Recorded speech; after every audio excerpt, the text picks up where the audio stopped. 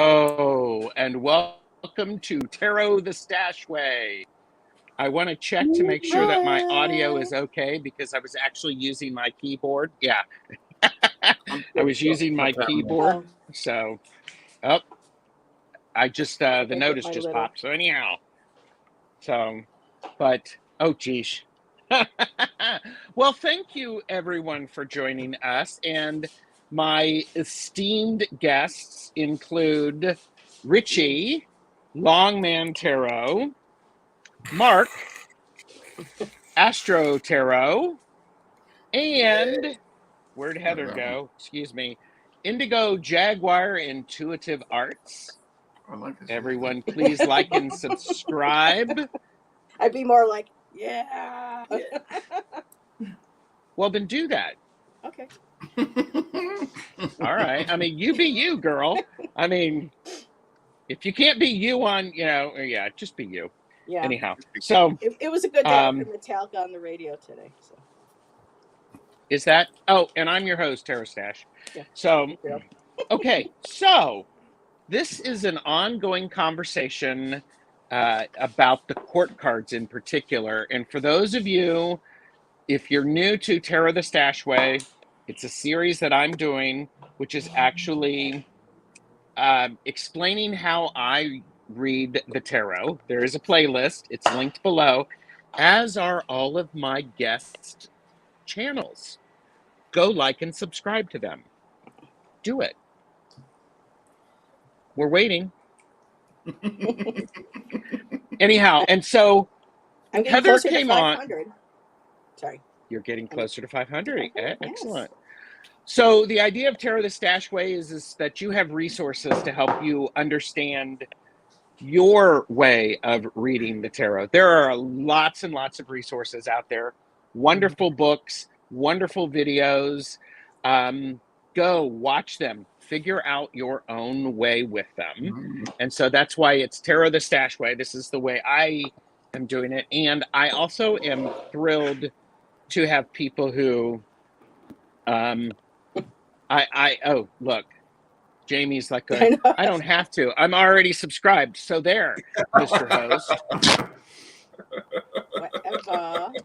There you go. Goodness. Tough crowd. So, and so, this is an ongoing conversation, and I appreciate this. Now, Heather, you came on about a month or so ago, and we talked about your experiences with the learning tarot. Mm-hmm. And how long have you been studying tarot? And I'm going to go around and ask everybody how long they've been reading tarot. So, Heather, how long have you been reading tarot? I was introduced, but I didn't start reading. But I was first introduced to tarot cards in high school during a poetry workshop. And the poetry teacher brought out the Thoth cards, or the Thoth, people pronounce it. Or the Thoth, or the Tooth, or whatever. And so that was my first, what's a tarot card? And okay, but I really didn't understand. But it was until my 20s when I started getting into college and starting to learn about alternative religions, nature religion, that, it became more of a forefront. But back then it was hard for me to learn because I have limited, and this is not a put down on myself, but I have a limited mental resource of being able to obtain a lot of information. So when I was learning, I was told you have to learn uprights, you have to learn reversals, you have to learn the negative, you have to learn the positive, you have to learn this. I mean, it was just so overwhelming that I kept my cards, but I would only pull them every now and then out to read for myself or somebody that I knew, and I would have to read always from the book because it was too much information. But then when COVID hit, and I started watching YouTube and the political reads and stuff and whatnot, I started seeing Mm-hmm. something called Lenormand, and it got me interested because Lenormand was easier for me to retain. And by getting Okay. back into Lenormand, I got back into my interest in tarot and finding out that there's more ways than just that one way to be able to read and what was put out Yeah. there. So I've gone really back into it within the last year and just really starting to focus on Good. tarot because I'm easier on with Oracle than I am with tarot. So I'm Sure. making sure that I'm focusing now Okay. my time on tarot. Well, and I'm glad that you're here sharing that journey with us. And your class definitely Mark. helps. So. Oh, good. Oh, well, thank you. Mark, how long have you been reading tarot? Okay, I'm going to be surprisingly concise with this answer. Yeah, I know, it's never happened. As a teenager, decades past, there will be no numbers, no exact numbers given, decades ago. But in a very rudimentary way, and look up the book and whatever, and things did come to pass that the tarot was saying, but to understand tarot, we have to jump the decades. The astrology took over my life. Tarot went to the side. And then about 6 years ago, I met somebody at an astrology group, and she said she also read tarot, and we got together and started reading each other every week. And like Heather, when the lockdown happened, I really started going even deeper and deeper. That's when I found your channel and everybody's channel and all this stuff on YouTube and more books, more. That's when the debt collection happened because these were the only faces I was seeing, people on cards. And Yes. So I would say the past 6 to 7 years, I would count as the only years that really count. Okay, thank you. And Ritchie, Longman Tarot, how long have you been reading tarot? Just 37 days. Just 37 days? Yes. Okay, 37 years. Okay. It feels I like serious for a second. it really feels like days. But... Yeah. Well, you know, Ritchie, in astrology, there's something called your progressed chart, and we count a day after your birth as a year of life. So you're not too far off. So you can say 37 days. To an astrologer. Yeah, I forget the actual year, but I was a mere slip of a lad. There you go. And you still are a mere slip of a lad. I still am. It's just not the 80s anymore. That's the problem. No, it's not. Isn't that unfortunate? Because the 80s had some incredible music. So the best music ever. Yes. And so 90s weren't bad, but 80s. The 90s were okay. Don't come for me, YouTube. So I've been reading probably about 25 years, over 25 years.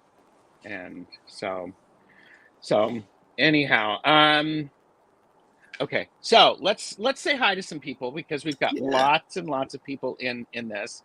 And of course, now that I've waited too long, okay. Robin said, I'm ready to exercise my court cards, but I can tell you it's the kings and queens that need more exercise than the pages and the knights. Yep. They just sit on their throne. Yes. Mm-hmm. And I see Jamie is here, and again, I've lost that. Spiritual Rain, a whole bunch of people. My chat has jumped, so I've lost people. Mark, people are on occasion hearing stuff with your audio. Really? Yeah, the static is it's a little scratchy. Yeah. So okay. And maybe I'll just see Juno say something. Okay, speak. Okay, yeah, no plug. As long as I can hear you, that's the main thing. Okay, yeah, that works. Okay, so everybody who I've missed, my apologies.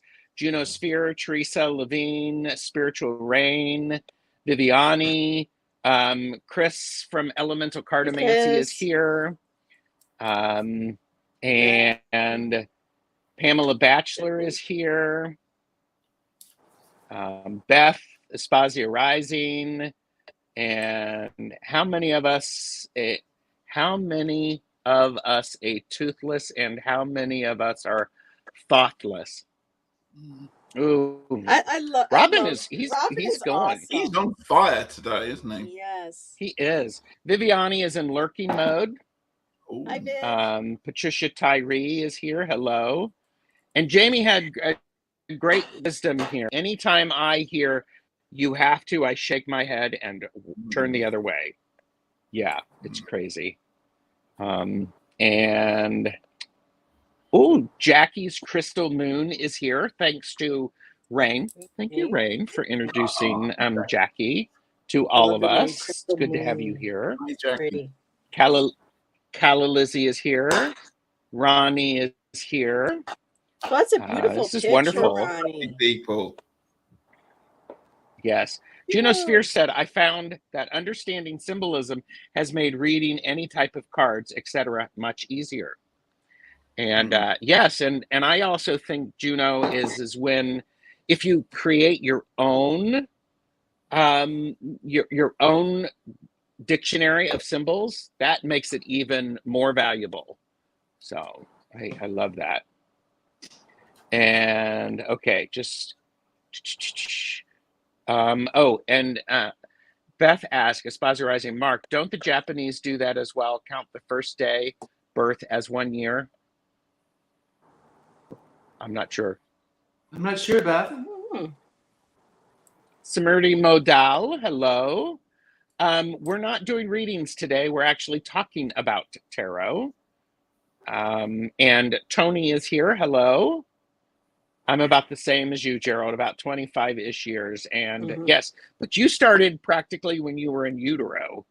I mean, so. Yeah, I know mine was a bit long-winded with my history. So yeah, roughly 25. I'm just turned 52. So yeah, about 25 years too for me.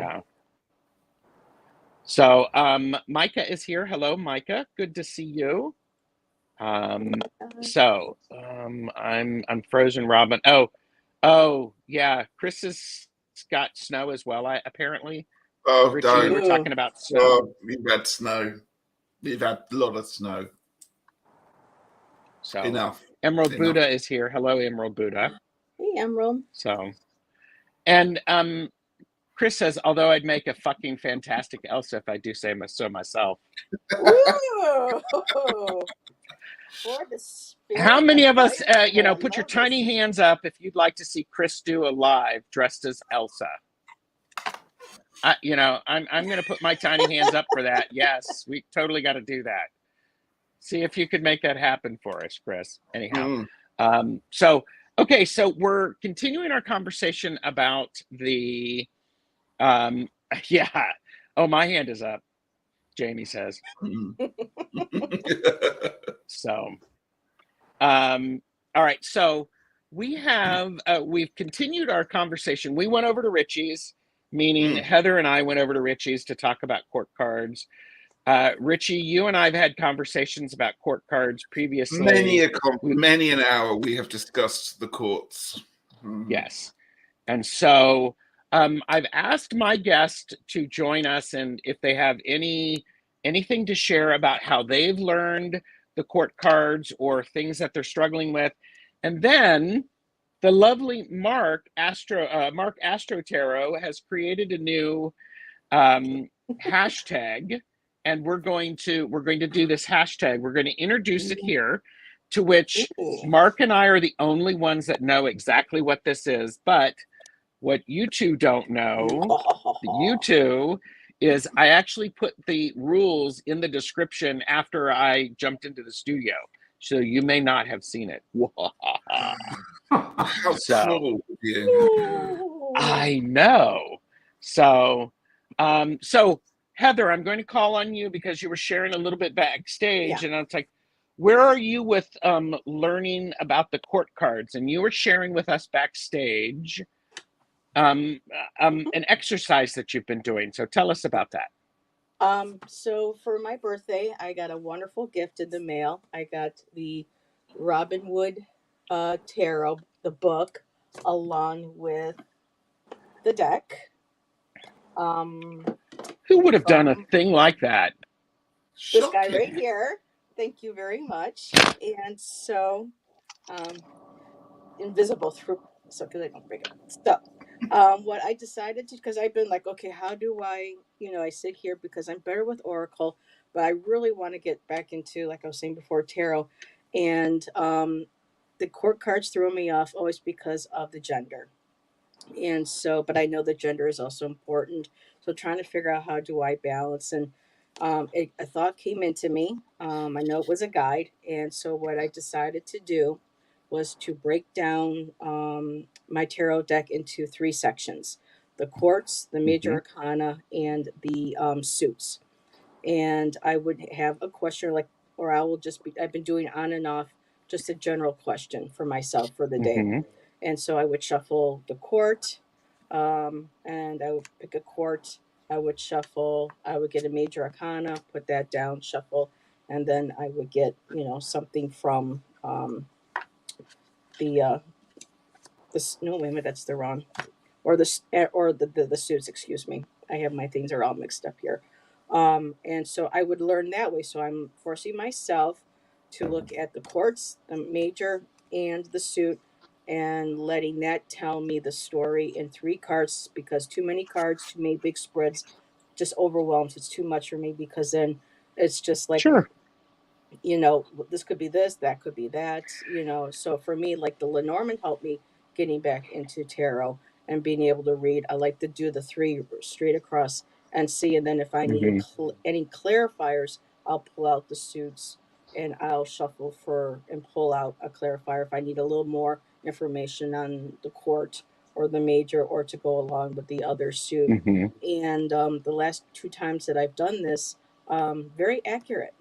And so I think I may just keep doing this as how Heather reads tarot and make this a regular practice, except for some There other you go. decks where they're tarot, but they're very oracle as well, like the Muse, the De La Nuit, those kinds that could be read as both. Whereas with this solely, I'll be using and this, and I got better. I think this is one of the important things about Tarot the Stash Way. You figure out what works for you, and understanding and deepening your relationship with the cards. And when you do something like this consistently, it becomes, at the beginning, it can be a challenge, but then the more you do it, the more it becomes natural, and then it's less of a struggle. So for everybody who's watching, I think that's a very important thing. And I'm going to say hi to a few people, and then I'm going to go to you, Mark. And so, because you were sharing about how you have a deck separated. Rose Flower is here. Hello, Rose Flower. Good to see you. And thanks, and Jamie said, I like the sound of that, Heather. How Heather reads tarot. So that should be my own segment. Oh, I'm almost afraid to ask this, but Robin, do you have the Robin Wood Tarot? I don't think I've ever heard your thoughts on it, and I'm curious. If you have that conversation, make sure you include me. And Beth said, Mark, traditionally a child was considered 1 year old at birth in Japan and some other Asian countries, no longer a practice. That's interesting. And that's from Google.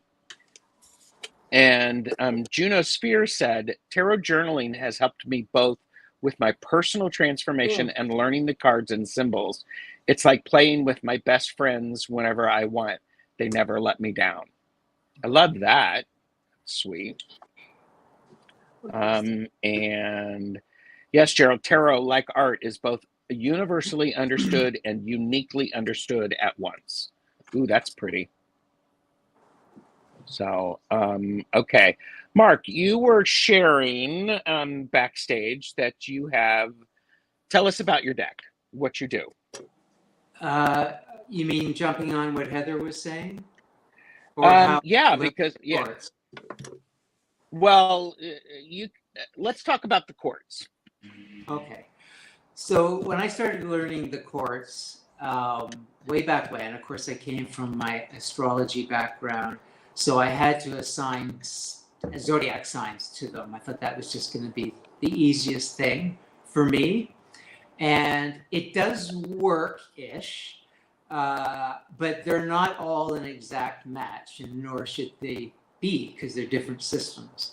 So my general, just to sort of have something to work with, I just divided cardinal signs, mutable signs, and fixed signs with the queens, kings, and knights. And pages were sort of left just to represent the element in general. So for me, cardinal leads, it's beginning sign, so that was the kings. And then fixed is more of a queen nurturing kind of vibe. I'm there for you type of thing. And mutable is changeable signs on the move, so that felt the knights. So then I would just marry it to the suit. Knight of Wands, Sagittarius, because it's fire and it's mutable, and there we go. But like I said, some of them just don't really quite, like the Queen of Swords, is she that much of a Libra? She feels more Virgo to me, or a little harsher than congenial Libra. And so there was always these little things that just kind of like, not quite, or whatever. So other way, I literally this summer, I sort of broke the code, or I finally figured them out. For me, it's complex, and I'll leave that to maybe the very end. And it's related to what the exercise we're going to do too, so it'll lead nicely to that. And the only other thing that I recommend, and this is not new, really helps to match movie and TV characters and book characters to the courts. That's pick a particular movie you love or book, and you know them inside out, the characters. I just did it with Game of Thrones, and it was, I don't know if any of you watched the Game of Thrones or read the books, but I haven't. They're very archetypal characters, as are the courts, and it was very easy to, so I won't go through my list because you guys don't know them, but Cersei is a Queen of Swords, no question, and her brother Jaime is a Knight of Wands, and I'll leave it there for anyone in the audience that follows that. Ritchie's following you. He's like, yep. Yeah, I'm all over that. Yeah, and that really helps. So Daenerys is the Queen of Wands, the Queen of Dragons, that type of thing. King of Wands would be Jon Snow, and that's all I'm going to say. But it really helps.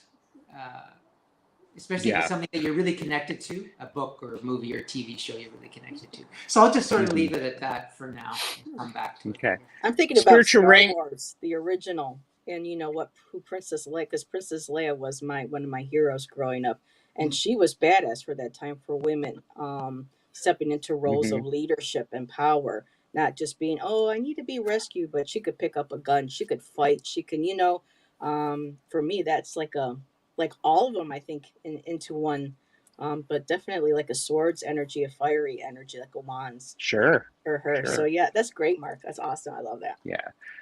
Spiritual Rain said associations are great for memory and understanding. Great tip, Mark. And Beth was like, oh, I love that movie idea, Mark, or book. Any enduring film or book has archetypes. Yeah. So, and Kelly is here. Hello, Kelly. Hi, Kelly. Hi, Kelly. And Sherry is here. Hello. Hey, girl. And so, Ritchie, what are you doing to help you with learning the court cards? Well, I had a bit of a problem when I started tarot with them. They never seemed to gel. I came from the fortunately finished world of where it was all archetypes to do with hair color and star signs, and it will never, and a page was a child or a daughter, and a knight was a young man, and it was all very, very stereotypical from the 70s and 80s. So I chucked all of that out and decided that I needed to rethink it all. And I just think of them in terms of energies, what they bring, either starting something new. It's interesting. I noticed what Juno Sphere said about it's like playing with my best friends whenever I want. I love that, because when I think when you start the tarot, learning and understanding and working with the tarot, it's a bit like entering a room full of people when you do the court cards. And it's like, oh my God. And it isn't until you start talking to them and circulating around the room. And I do something very similar to what Mark did, and that's I often assign how I think people that I recognize from celebrities or from the media would be. So I quite often talk how I think Michelle Obama to me is the Queen of Wands, or someone like Nigella Lawson is the Queen of Pentacles, and I kind of assign. Oh yeah. I do. So although they don't come from one film or one book, I tend to assign that to help me understand it a little bit. It's very easy to fall into that trap of just going down that road, but it's quite often nice just to think about the characteristics, the character traits.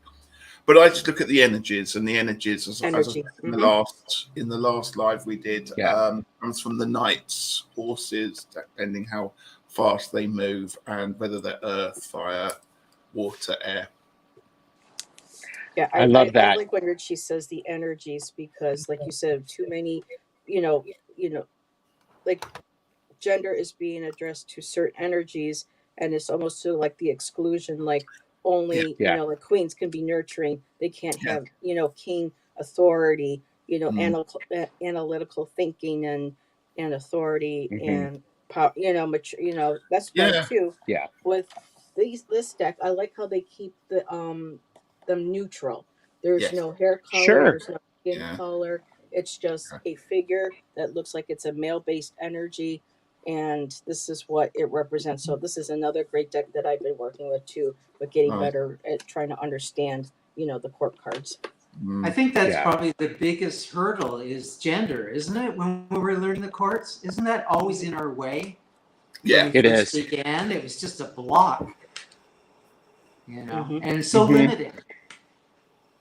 Yeah, I mean, because we try to, I think we miss the opportunity to look at it and recognize tarot as energy and understanding the relationship of the energy of the Six of Pentacles with the energy of the Ace of Wands. What is that relationship?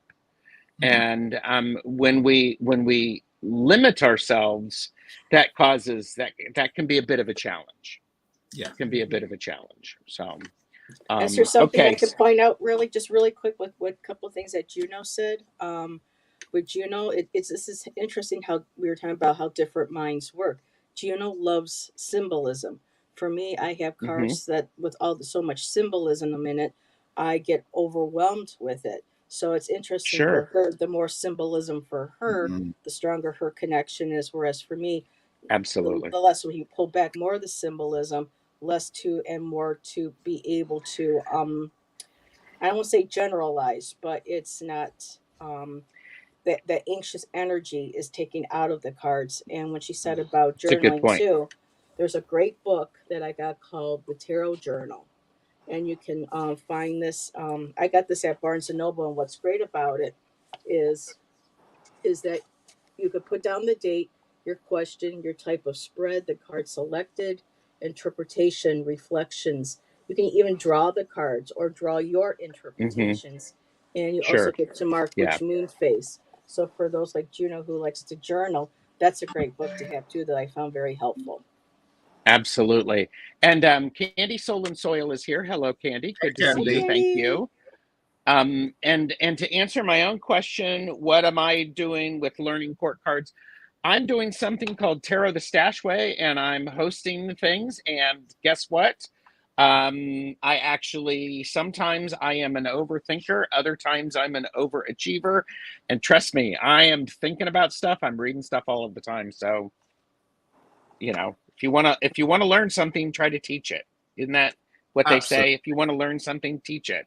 So, I want to get caught up on some of the chats, but hang on just a second. Sorry, my phone was being weird. I want to I have some starred comments that I want to put up, and I invite all of my guests to do this because after this I want to jump into the exercise, the new hashtag that Mark Astrotarot has created. Purple Elephant Deb H, who is, by the way, who is lurking because she is packing. And she says, is it exercise or exorcise? I like that. Maybe it works both ways. Yes. Oh, yeah. Yeah, especially depends upon what time of the year. Exorcise your fear of courts. How's that? Mark for the win. I mean, come on. I'm like going, dang. Exactly. Yeah, and Junosphere did talk about journaling. And Robin Toadstool Tarot said, one view I have of the courts, pages equal postal system, knights equal police military, queens, mayors and governors, local government, kings, president, national government. Isn't that an interesting way But to look at it? someday Yes. we're going to have a female president, though.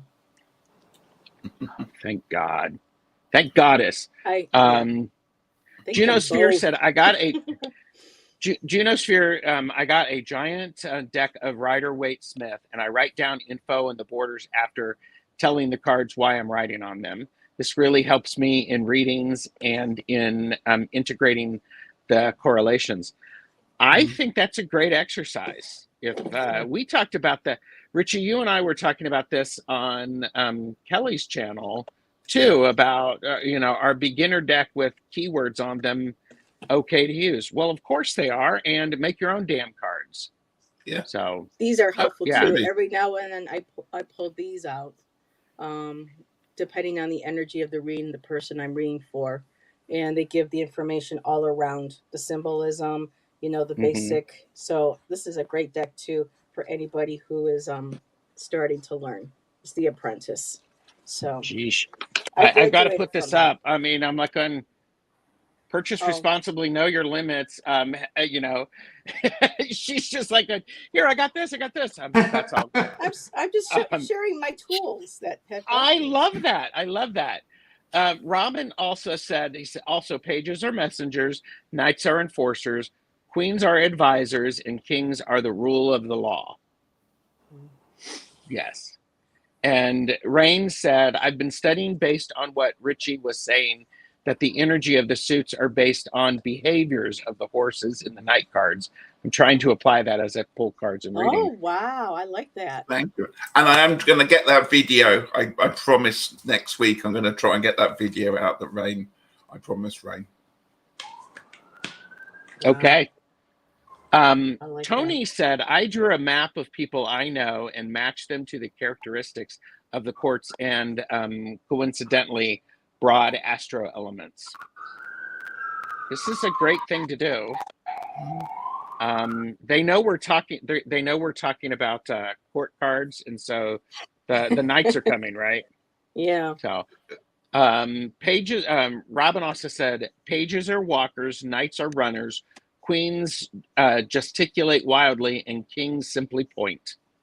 But would it be interesting if they could combine the king and the queen and just kind of say like royalty, because they both can do the same thing and they both do the same thing. And they are and like I've tried to make a big point of this is that the kings and the queen are equally powerful. They demonstrate the aspects of that suit differently. And I get it from Robin Wood. The queens show you, the kings tell you, is how I look at it. And so that's the energy about that. So I have a question though, while we're on this, if that's okay, because something I was going to ask how people felt about it, because it's something I'm not quite sure myself. What happens when the deck changes up, perhaps the pages for princesses? I have several decks where they make pages princesses, and I don't have a problem with that, and I still read it, but I'm not quite so happy about reading a princess as how I would possibly for a page. Does that make sense? That's part of my Go ahead, Mark. Code cracking later, so I'll save it for then. But I do feel that when you get a princess in the deck, it's not so much a message. You sort of now are working with something slightly different. It's still something new in that element, but I tend to drop the messenger portion. So I do these little tweaks. You just have to do it in your head beforehand so that you understand it's slightly different. Yeah, but don't princes and princesses kind of reflect the same as pages, though? They're young and they want to prove themselves. So a prince or princess, well, I'm going to be queen one day. The prince Yeah. is They going to can. be king. I agree. So they kind of still, for me, embody that I have something to kind of prove. I You still see know, them as a novice, like immaterial. you're saying, Heather, Yeah. but not so much the message carrier Yeah. as Yeah. a page. Oh yeah, I get That's that. his Yeah. job. Yeah. Okay. Yeah, the best way to learn is to teach something. I've also learned I can stop worrying um, about if what I get from the card is right or correct. The messages I receive are more meaningful that what any book, etc., says it should be. That is honoring your personal power and your ability to read and connecting intuitively. I think that's wonderful. And I'm skipping Laura's. Hi, Laura. I'm skipping the comment that you asked me to skip. Arwen Lynch Gas has a great beginner's deck. So, okay, I'm jumping. Okay, such good chat. Thank you. And Pierrette is here. Hello. And Chris brings up a very good point. He feels the queen is more powerful than the king, like in chess. I actually agree with you because a queen can adjust with the flow instead of a king who tends to be more rigid and is unable to adjust and adapt. So, I agree. Another great Robin beginner says, deck too. Oh, I'm sorry. let me finish. Robin, I don't see gender in kings and queens, simply rank based on history. Sure. Yeah. So, but what were you going to say, I didn't mean Heather? to. I'm sorry. Sometimes I get too excited. But another great beginner deck is the Everyday Tarot, and their court cards and the genders are in there are just based on a nice color coordination. There's no over symbolism. They're small. They're easy to hold in your hands. You can take them Sure. anywhere, and it's just more what you can gain intuitively too. From them Yeah. without being overswamped with hair color, skin color, Yeah. everything else thrown in there. Very nice, very simple. Yeah. And I think that's something that if you actually have a collection of decks you think is a good beginner deck or a learning deck, make a video of it. I think that's very helpful. Laura said just ignore the last sentence. Using reversals from Tom B. Reversals represent the querent and upright represents another person. Ooh, Okay. Interesting. I like that. And okay, just getting caught up. And then I believe in my tarot class, Kelly Fitzgerald said the queens create the whole environment and the king inhabits it. I can go along with that. Okay, I don't read courts using strict gender identification at all. Fluid, right? Right.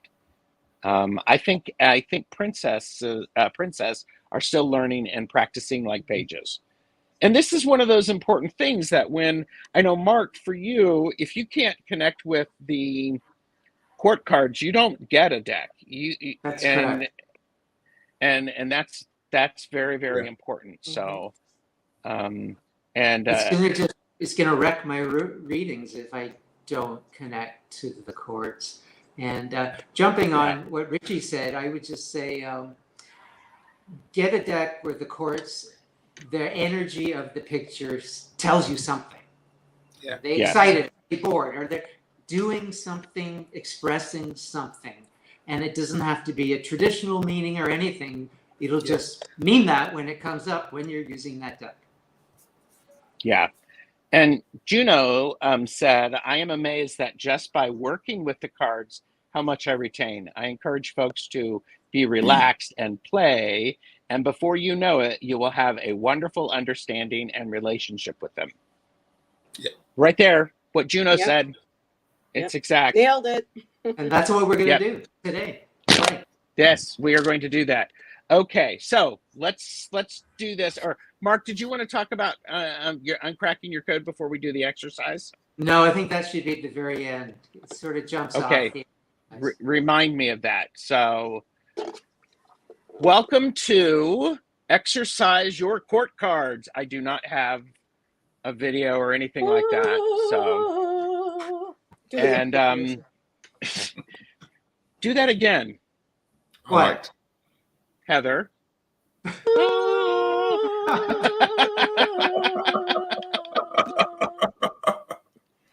I can go higher, but I don't want to do it to anybody. So, and Beth said, yes, Mark, expressive court cards make or break a reading. If it's static, bland, it's like mannequins. Ooh, yeah. So, blah. Okay, and Robin just time-stamped, 241, exercise your court cards. Okay, so this is not my hashtag. This is Mark's. astrotarot created it. Okay.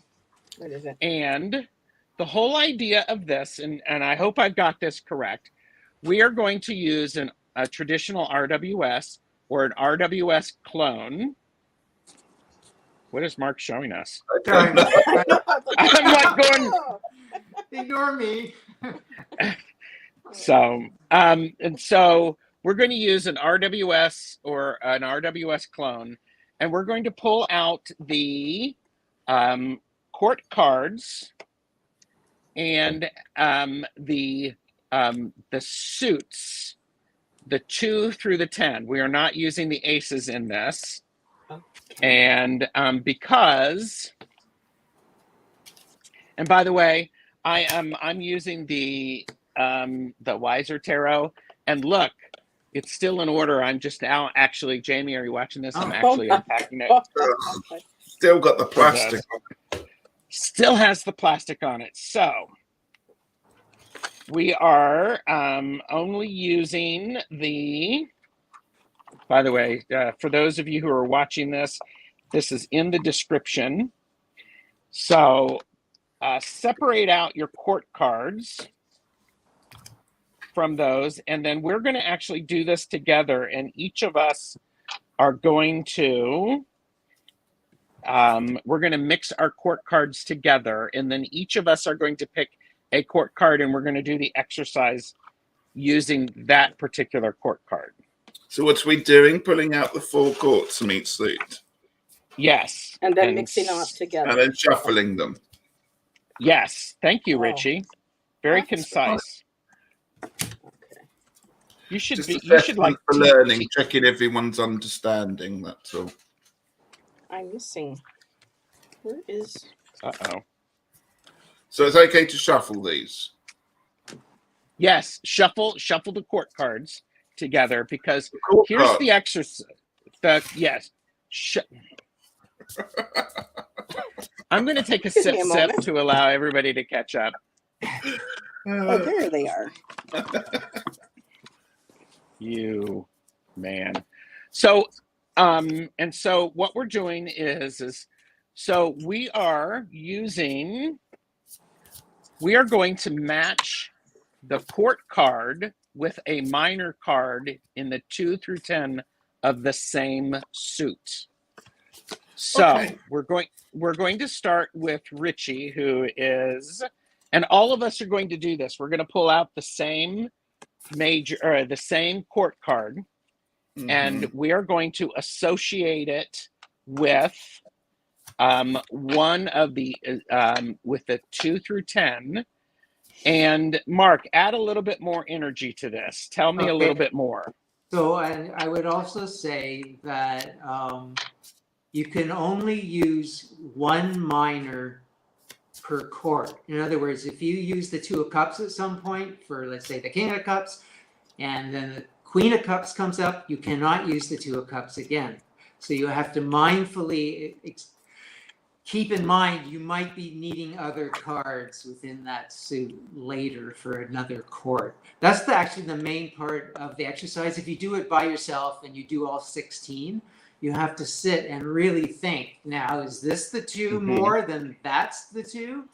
And I don't want to use my 3 because I need that for this court. So it makes you use your brain more. This is just the fun part where we don't have to worry about that so much. But the full exercise is you do all 16, and only one chord per one minor is the idea. So you really want to pick what you consider your best. You need to be thoughtful. Yes. And there are no correct or non-correct answers. It's for you to understand how you understand the chords. Yes. So it's not like I mean, I've already got all mine picked because it's my exercise and I know what I think.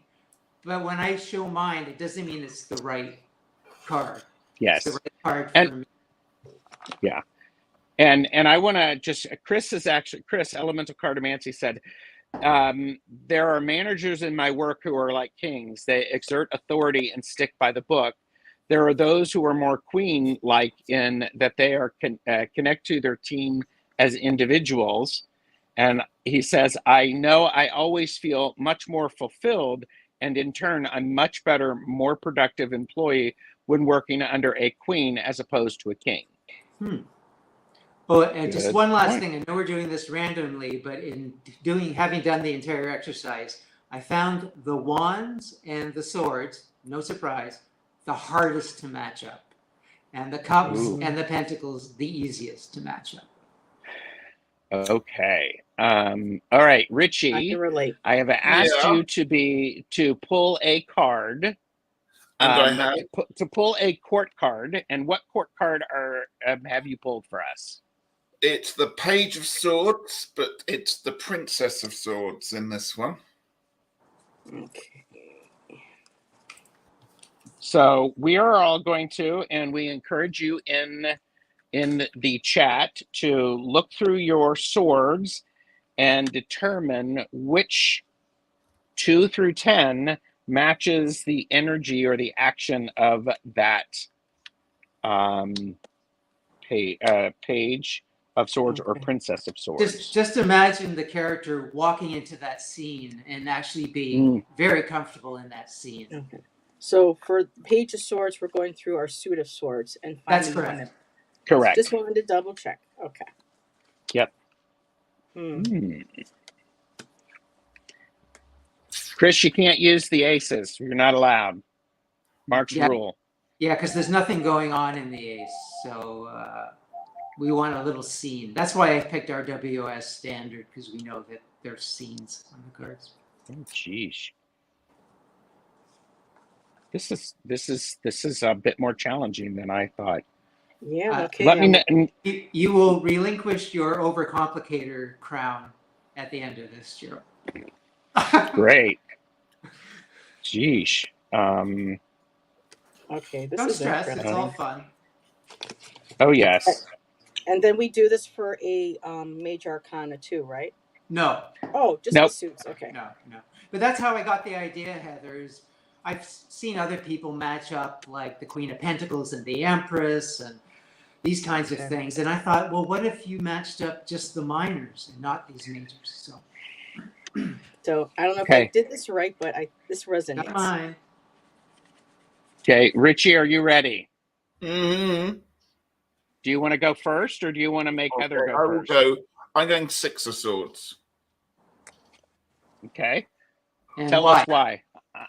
I'm going to embiggen you, Ritchie. If I'm going, blurry camera. If I'm going down the road of somebody who is, as a page, learning, reviewing, coming to terms with the idea of learning and educating and being a bit of a student and starting out a bit like the fool fresh into the world, then the Page of Swords is quite sharp with their ideas. They are a person that asks a lot of questions, cleverly constructed questions, to find out information, able to grow and communicate and do what pages and swords do. So I decided I was going to pick the 6 of Swords because for this card particularly, it's of somebody who is about to push the boat out literally and go on that journey. And so I thought of that transitional period of somebody who is growing, improving, moving on, wanting to improve themselves, wanting to make a change, wanting to investigate. And so I thought the Six of Swords with the boat, the idea of a planned journey of being in control, moving away from where you start on quite a fast pace, surmise that quite well. Okay. I'm going to go next since I'm right here. And okay, Tony, we are matching the Page of Swords with the 2 through 10 of the sword suit. And I have actually picked the 5 of Swords. And the reason I picked the 5 of Swords is because this page is young and inexperienced and will actually go in and see something going on and will actually just go in and start picking up swords without actually thinking it through all the way. That makes sense. So, and let's face it, we have, holding a sword here. So the page picked up a second sword while trying to pick up the other ones. They're inexperienced and they're so there you go. And Chris wants to know.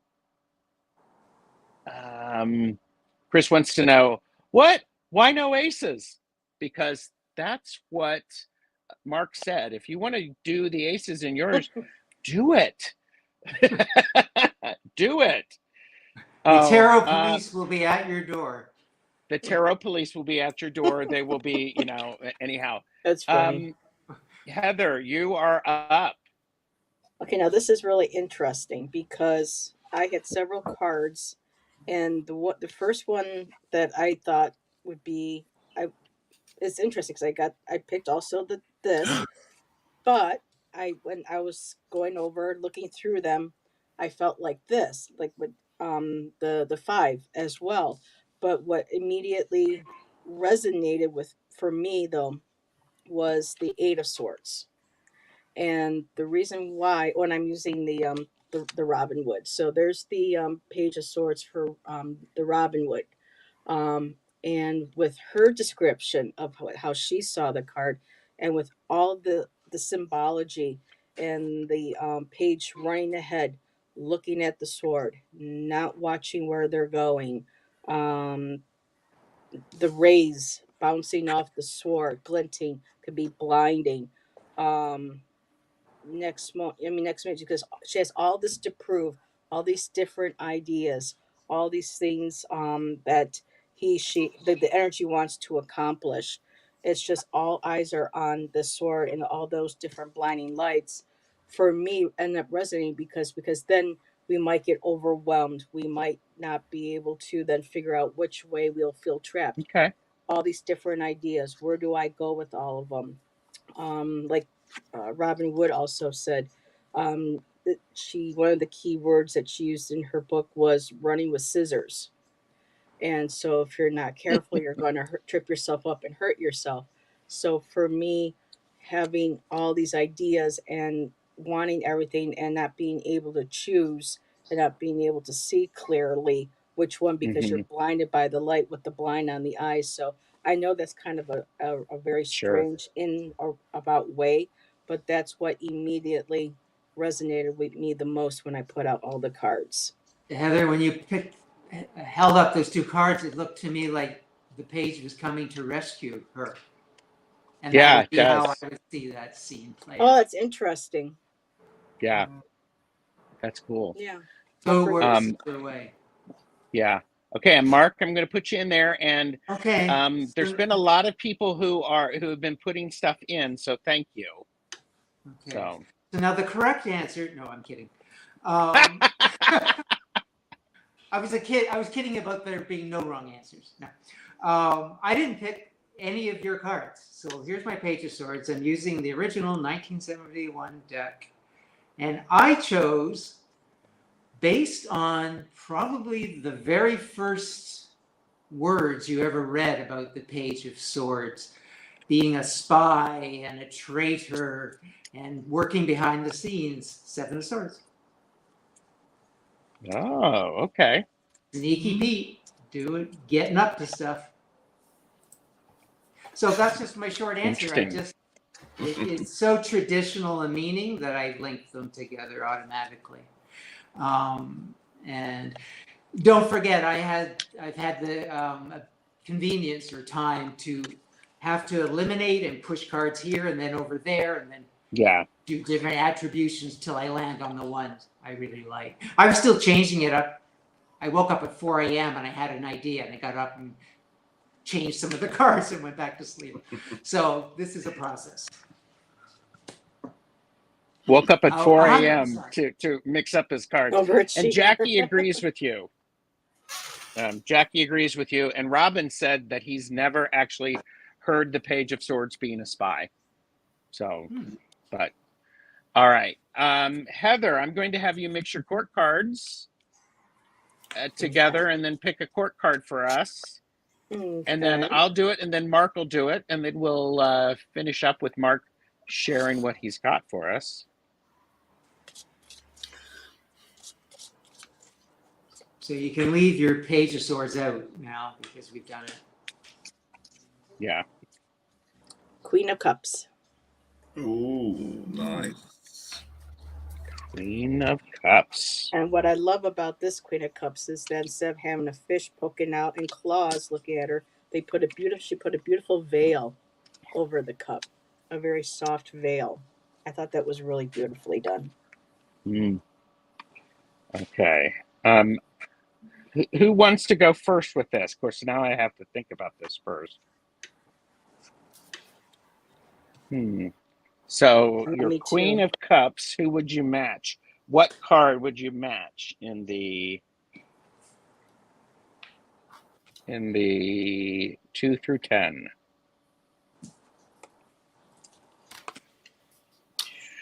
This is one of the easier suits. I was going to say it's easy, but it could also be okay. Multiple cards for multiple. It could be multiple cards. Yeah, Purple Elephant Deb H said, I'm thinking that I would make different pairs on different days because my understanding and intuition would tend to be fluid. Yeah. Ooh, I like that. So, all right, I'll go first, if that's okay. Let me put that there. I would just add just quickly that all the courts in any suit can live out any of the 2 through 10s on any given day, just to jump off of what Deb H says. So there we go. So Queen of Cups, I'm going to actually say the 10 of Cups. And I'm going to say that because the Queen is really intuitive and fluid and understanding what everybody needs, oftentimes before they realize that that is what they need. And I think the Queen of Cups would be more would be more looking for the benefit of others rather than themselves. So can I go Laura next? said, yeah, Laura said the 9, and Robin said Queen of Cups, 4 of Cups. Both mine seem to be elsewhere. I'm going to put you in there, Mark. You're up. Okay. This is real quick. So when I watched Gerald and he takes his place in a tarot game online or whatever, and I play along, I almost always match whatever Gerald says or does. And I've done it again. For all the same reasons, happy home. This might be somewhere where she would want to be, or at least create this ambiance for others. So I'll just leave it there. Okay. And Chris is saying, I'm going to say 6 of Cups to the Queen of Cups. And Tony was thinking the 6 or 7. Ritchie, are you ready? I am. Go for 6 of Cups. Oh, okay. And I'm going between the 6 and the 8, to be brutally honest, but I know I had to pick one, so I changed my mind at the last minute. 6 of Cups because it's got an almost nostalgic feel to it all. And I think that one of the many qualities of the Queen of Cups is that ability to be all embracing and use her energy to mend things in many ways and to make people feel better about themselves in a loving and an in-depth way. And I think that comes from a place of memories quite a lot. And for me, the Six of Cups is about memories and what's been happening in the past.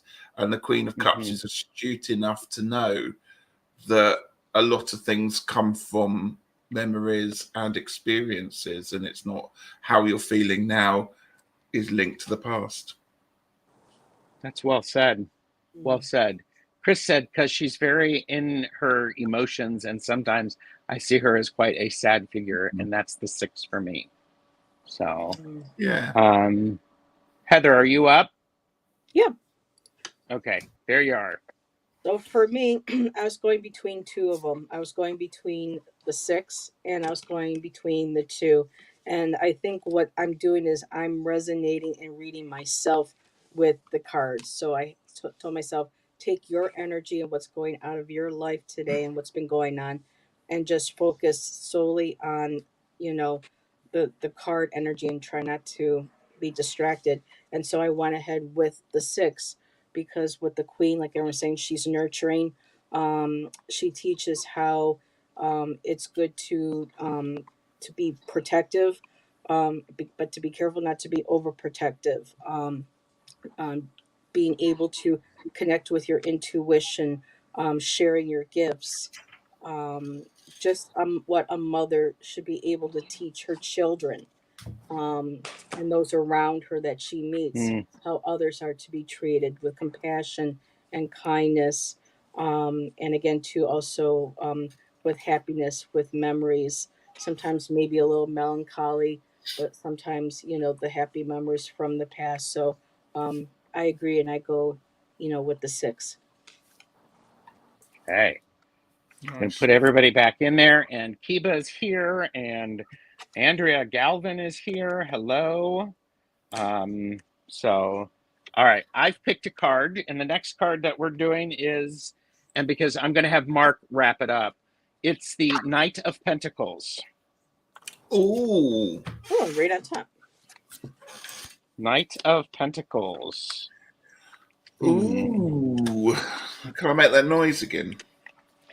I wish you would. Wait a minute. Make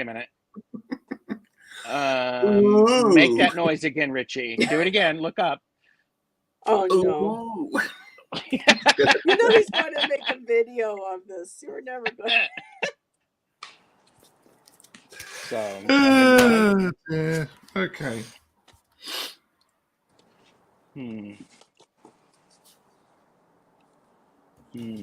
Anybody ready? Yeah.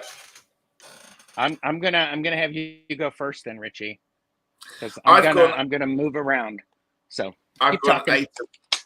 You did say Knight of Pentacles, didn't you? Knight of Pentacles. Yes. I was too busy making it. I've got 8 of Pentacles on this one. For me, the Knight of Pentacles is the most reliable of the Knight cards. He is methodic. He is sensible. He is reliable. He's also pretty dull in many cases as well, because he is so sensible and methodical and everything else. If you want to go and have a wild time, don't go out with the Knight of Pentacles, because it's going to be pretty slow moving.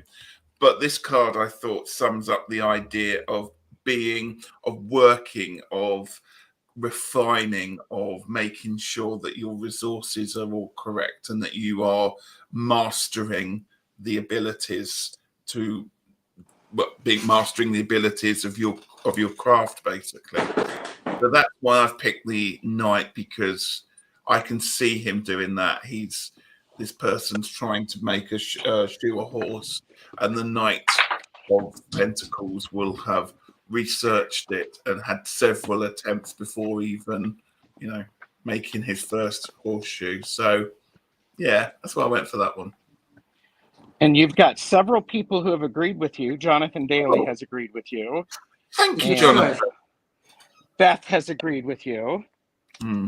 and Chris has agreed with you. Oh, thank So- you. It's like the snatch game, isn't it? Or I something. still want to play that. All right. Who would like to go next? I can go if you like. All right. Let's put you in there. Thank you, Mark. Okay, so because I had the convenience again of doing the entire 16, my 8 of Pentacles landed on the page as the learner and the apprentice, because I had to save the Knight for something else. I couldn't use the 8 twice, but I totally agree with what you said.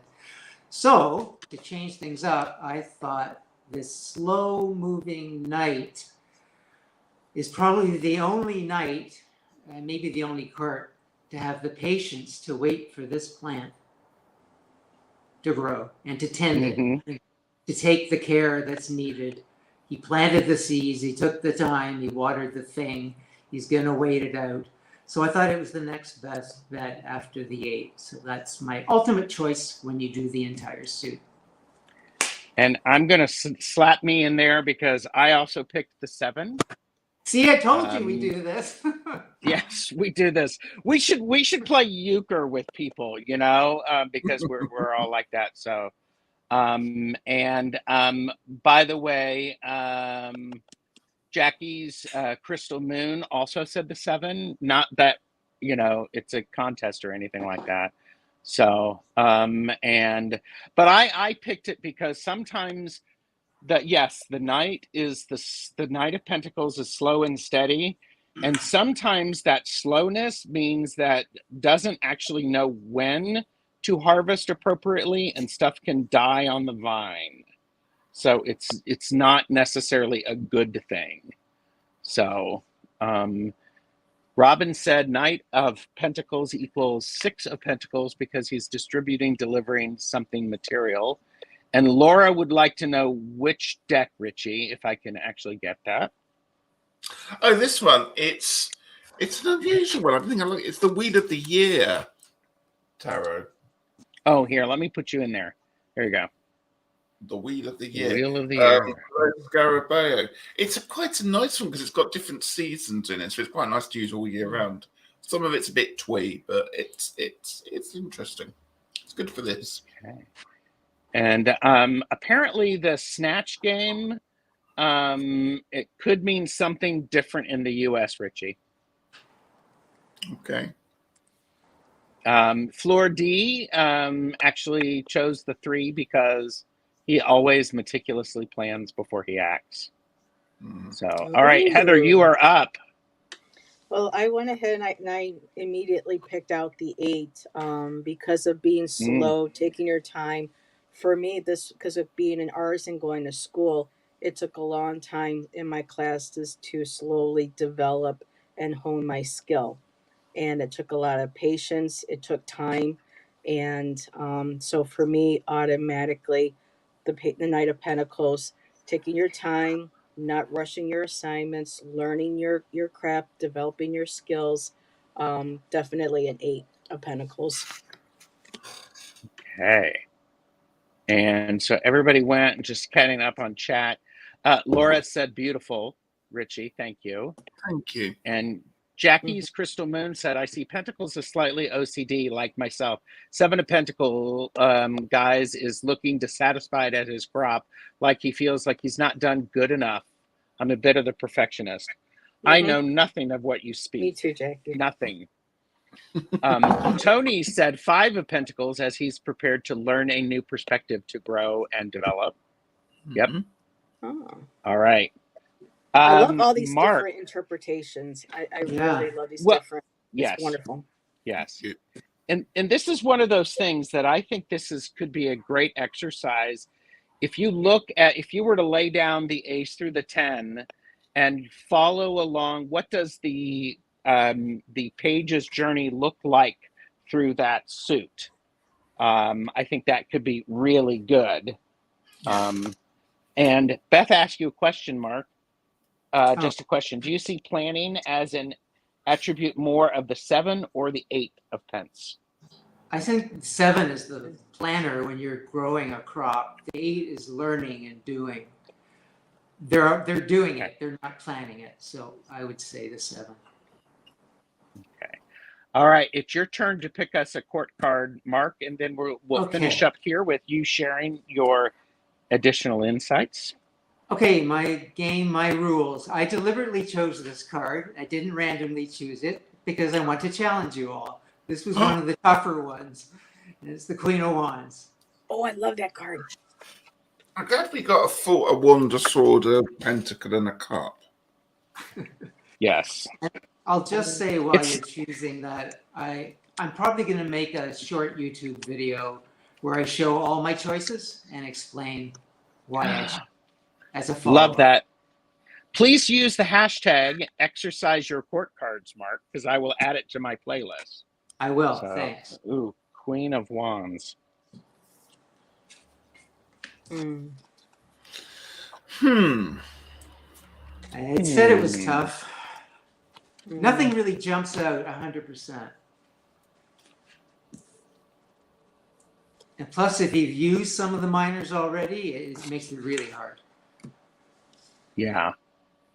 But you've got all the. We haven't done any wands, right? So it was another. No, this is perfect. Yeah, we got all 4 suits in. Actually. Yes, we did. Oh damn! Which aspect of the Queen of Wands do I want to take? Who's ready? Who's ready? I'm just rethinking. Give me a second. I'm ready. Heather. I'm gonna go last. Okay. I'm gonna have Heather go, and Ms. Tarot D is here. Hello, Ms. Tarot D. Thank you. Hello, Ms. Tarot D. Mwah. I didn't get, but the Queen of Wands in this deck. Now, for me, the Queen of Wands is the fiery, creative aspect. To me, she's the master of artistry. For me, that's like a paintbrush in her hand. And so for me, she's a place of self-empowerment. And when you stand in your place of empowerment, you have that sensation of you can take what life comes at you at everywhere, and you have that place of well, let me just go into what I picked. I picked the 6 of Wands, because for me, when you are in your place of power, when you have those healthy boundaries and you're grounded and you're following your dreams and you're following your passion and you're shining that light to everybody of who you are, to me, that's a sense of victory. That's a sense of achievement, not in an egotistical manner, but for a lot of people, they don't have a strong sense of who they are, or they feel confident. And I struggle a lot with that. So for me, this is a powerful reminder that when we do stand in our power and we're passionate about what it is that we do, and of course, I gotta love my little Mozzie and my little Ziva down there with me. For me, that gives me a sense of victory, like I've overcome my obstacles. I know there will be a day where it's not going to be so great, but I know that the next day or the next day after that, things are going to pick up again. So for me, it's definitely the 6 of Wands. Okay. Okay, wait a minute. Chris, Elemental Cartomancy, said, Queen of Wands with the 6 of Wands. Queen of Wands is the celebratory center of Attention Court. Links nicely to the 6. Ritchie, are you ready? Yeah, I'm going to play devil's advocate because I originally picked 6 for all of your reasons, but I was also thinking about the 9 as well. So because we've already picked the 6, I'm going to go with the 9, if that's okay. Does that break the rules of the game? That's fine. No.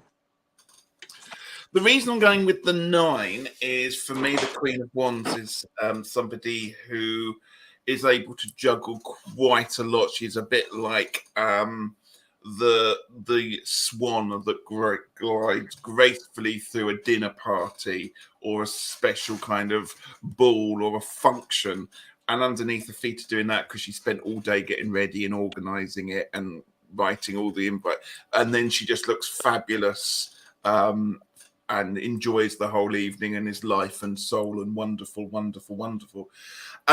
However, there is the hard work that sometimes goes on with being that special kind of person. And I would say just be careful of rubbing the Queen of Wands up the wrong way by, messing up her system. Don't ever try and get in her limelight, because she will whack you with that wand. And it's so hard, she will leave a mark. She will. Yeah. And an emotional scar as well as a physical one. Oh yes, and she'd sell the story to make sure everyone else knows about it. Oh, of course. All right, I'm going to go next. Thank you. So, Queen of Wands, I'm going to pick a bit more of an assertive response, and I'm going to say the Seven of Wands. Ooh. And the reason I'm picking the Seven of Wands rather than Robin also picked the Three of Wands, which I agree with his reasoning, but I'm just like I'm Seven of Wands. Sometimes to me, it's not battling off the doubters. Sometimes it's rallying the troops, and it's trying to inspire them. And I actually think the Queen of Wands is less likely to stay on her throne when there's a problem. She's actually going to get up and she's going to join in with the others. So I'm going to, so that's why I said the Seven of Wands. Nice. So. Okay, so I didn't pick there you are. A card that any of you picked. I said it was a difficult suit, and I did have to go through the other courts. I picked, surprise, the Four of Wands, because the Queen of Wands is a party thrower, a party goer, a wedding planner, a bridezilla, a real housewife. I mean, she's all those things that go on between those four posts. And so that was the fun factor I went for in my Queen of Wands. Beautiful. It took me a while to land on that because nothing seemed to be happening in the card. Then process of elimination, I got there. Well, and I think, just catching up on chat. Fleur D said I chose 6-2. She likes to be the center of attention. And I heard someone say 9 of Wands can be about being vigilant of who's around you, so it would make sense with the Queen too. Tony's a 6 as well. So, and Beth said Queen of Wands equals Queen Elizabeth I to her. So, but and Tony actually said she actually embodies most of the suit. I can see that. Yeah. So, all right. Well, this has been so much fun. And I encourage everybody to do the hashtag exercise your court cards. I'm going to be adding, I have a playlist on my channel. This is Mark's thing. He figured it out, Mark astrotarot. And so you're going to be posting a video shortly about that. No pressure or anything like that. So, and Jackie's Crystal Moon said, awesome, guys. I'll do the hashtag, and Juno Sphere appreciated it. Now, Mark, you were going to share something else that you did. Yeah. So, well, first, thanks everybody for playing and going along with my little game. I would have been stumped if I was told the rules in live time. I would just be like, and yes. So, thank you very much. I have too much Taurus in my chart. I need time, people. Has to marinate. Okay, so at 4 a.m. Yes, exactly. That's when they come to me. I'm never going to be able to do justice to this, but I'm going to devote a lot of my channel to this going forward. But I'm just going to set up the entry. If you want to go so deep, your mind just it's so much. You don't have to do this. You can read courts the way you read courts. It was fine my whole life until this point when the light came on finally. So that which you resist persists. So I finally fell in love with Thoth. Oh. It was the bottom of my list. I went RWS. I went TDM, and it was just no. And then finally I embraced it. And then it just gave so much back, and mainly the thing that won me over was the court system. And the court system in Thoth is what the Golden Dawn meant it to be. Waite changed it in his deck with Pamela. He felt that he should use the TDM because everyone knows that it would be more familiar, or plus, or and. He wanted to hide the actual system because he was more secretive than Crowley was. Yes. Crowley wanted to give it all away. So what you're working with is not different from what I'm going to talk about. It's just disguised in TDM form. And I won't say one is the real and one is the non-real. They're all their own systems, and it's all fine and good. So the Golden Dawn, the things that really won me over, I'll start small and move up. Sort of what Ritchie was saying, they really focus on the energy of the elements in the cards. So knights are fire, queens are water, princes are air, and princesses are earth. And then you marry the suit to that. So, you know, Queen of Swords is the water of air, and et cetera, et cetera, et cetera. Just knowing those two things gives you a lot to work with in terms of energy, just in terms of basic chemistry and all that type of stuff.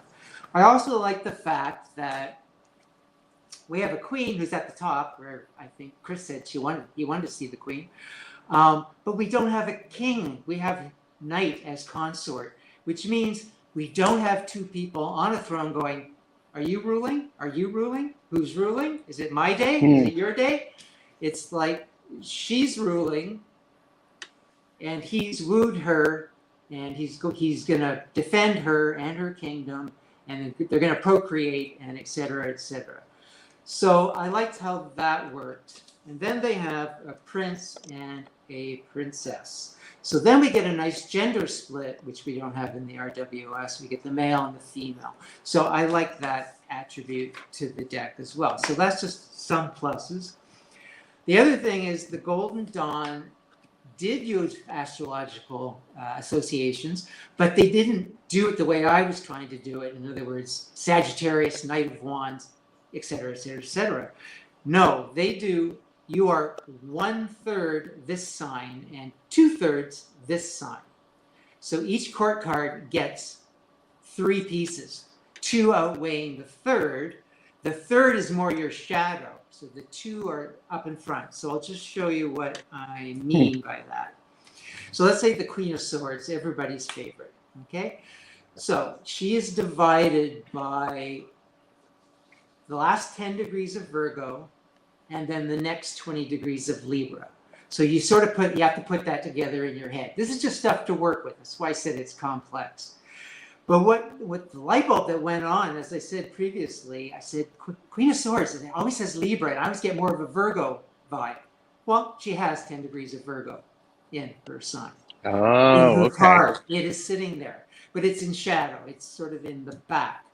So every sign gets 3 decans of 10 degrees each. Okay, so I hope this will make sense. I made this little thing up.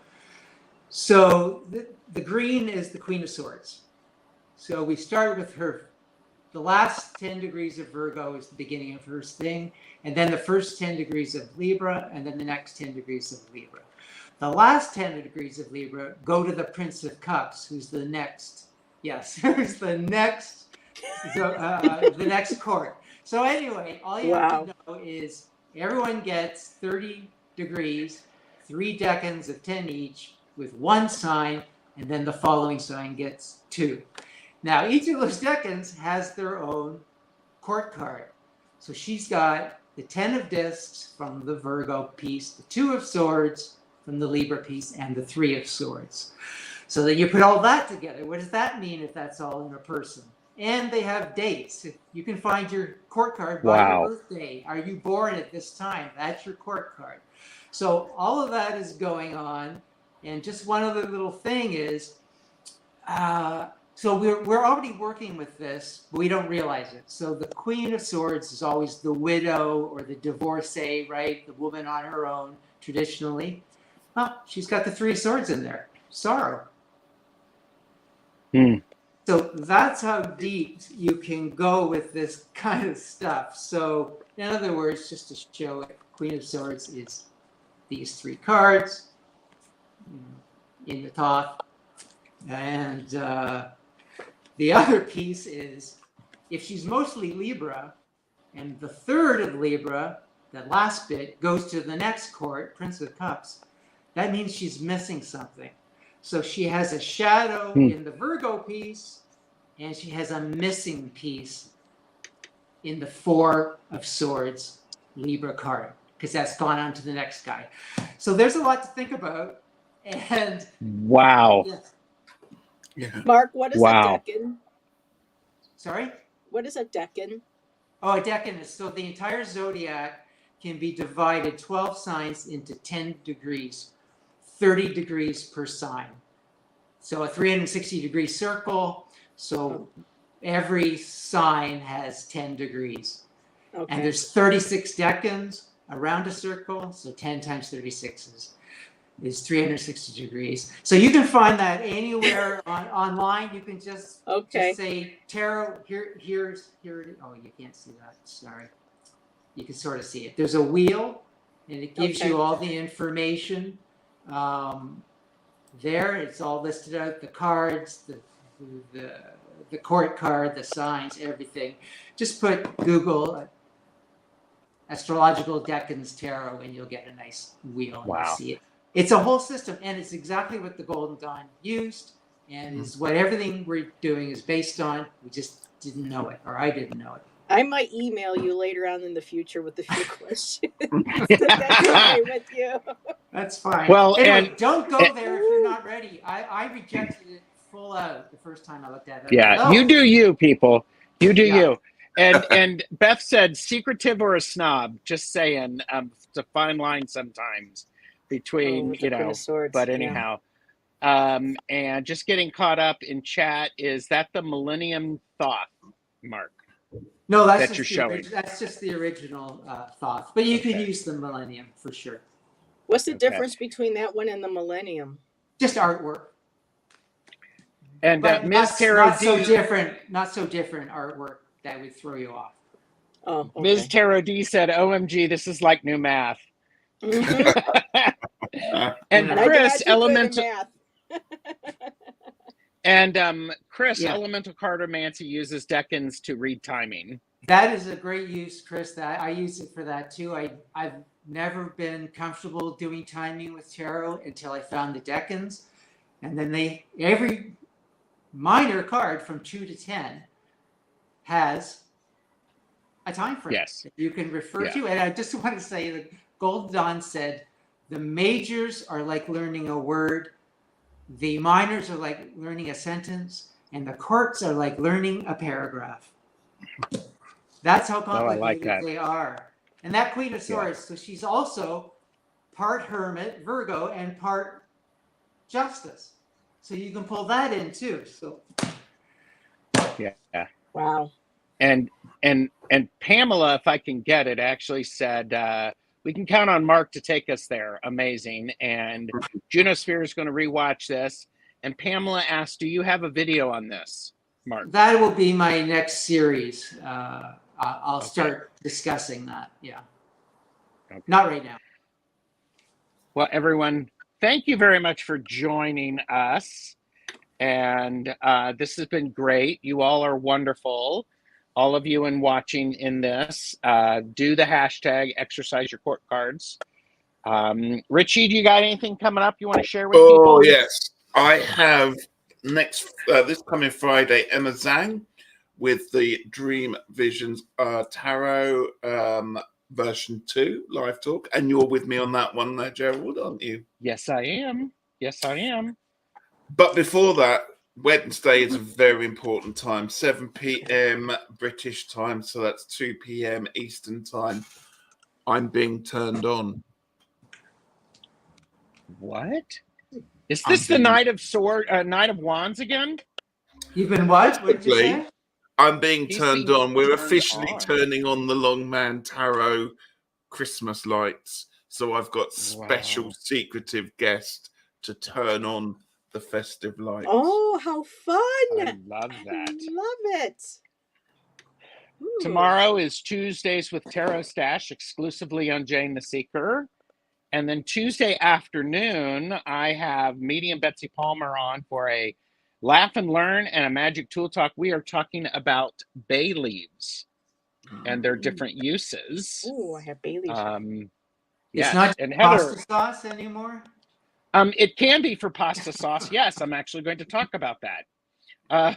Believe it or not. Heather, what do you got coming up? Nothing. It's just life's been a little crazy. It's the holidays. So you're taking you time. I'm taking me time. I need to. So I'll probably do a pop-up because during the week my hands start to itch and the cards start wanting to shuffle. And so, but yeah, I'll probably do a pop-up, but nothing like concrete set in stone just yet this week. But stay tuned. I might. Yes. Yeah. If Ritchie's being turned on and it's the Ace of Wands, Ace of surely. Wands. I'm saying nothing. Okay. Mark, what do you have coming up on your channel? Well, I guess I'm going to do the rest of this game and just show you what my picks would be. I'm going to try and get people's head around what that whole mess that I just explained at the end about the Thoth and the courts. I still have to get through my majors and my favorite representations, but it's a slog and it's hard. You got to pull it all your decks. You got to make your decisions. You got to think of why. And honestly, I mean, it doesn't get that many views. Now, I'm not so view centric, but my special interest stuff gets way more views. And so at some point I think, geez, this is worth it. I mean, I just want people to enjoy what I'm doing. And if no one's watching, that's fine too. But why do it? So everybody should be watching Mark Astro Tarot. So, well, thank you, everyone. Thank you. And this has been great fun. And everybody have a good rest of your day. Thanks. Bye. Oh, bye. Bye. bye.